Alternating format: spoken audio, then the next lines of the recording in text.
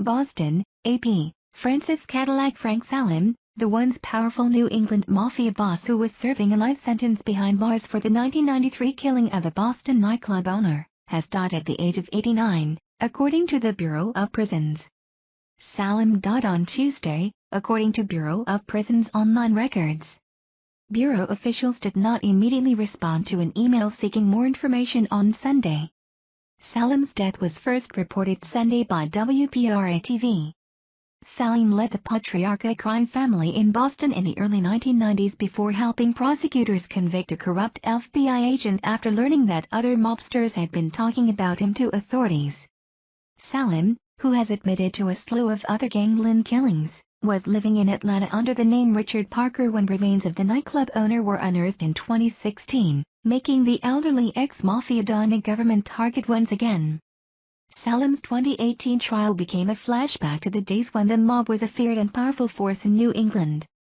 Salemme maintained he had nothing to do with Steven DiSarro's death, but was convicted after his one-time best friend testified against him. Salemme participated in numerous killings in Boston's 1960s gang wars and spent 16 years behind bars for trying to kill a lawyer, who survived but lost a leg, when his car was blown up in 1968. After being released from prison, Salemme was seriously wounded in a shooting outside a suburban Boston pancake house. His reign as mafia boss ended when he, notorious Boston gangster James Whitey Bulger and others were charged in a sweeping racketeering case in 1995.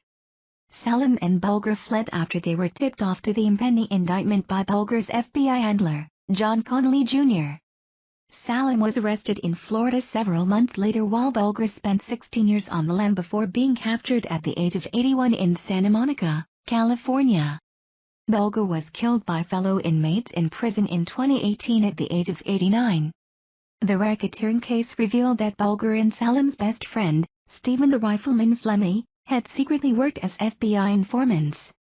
Upset that his fellow mobsters had turned on him, Salemme agreed to plead guilty and cooperate with authorities.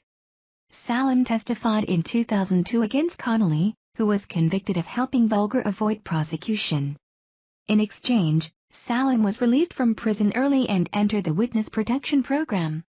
At his 2018 trial in Boston, Salemme's slicked back, wispy gray hair and thin frame made him almost unrecognizable from the bulky, feared mob bosters saw in grainy surveillance photos from the 1990s. Another former mobster told authorities that he saw Salemme's son strangle DiSarro while Whitey held the nightclub owner's feet and Salemme stood by. Salemme's son, known as Frankie Boy, died in 1995. DiSarro's nightclub, The Channel, was under scrutiny at the time for the Salemme's involvement in the business.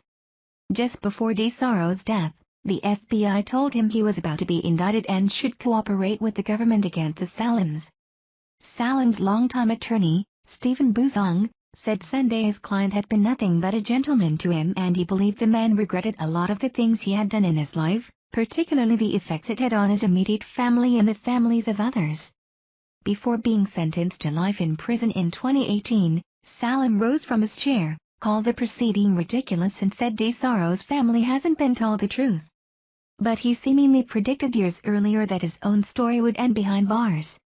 "You're not going to beat the government," Salemme told a reporter in 2004. "Let's face it. One way or the other, they're going to get you." This story has been correct to reflect that Bulger was killed at the age of 89, not 80.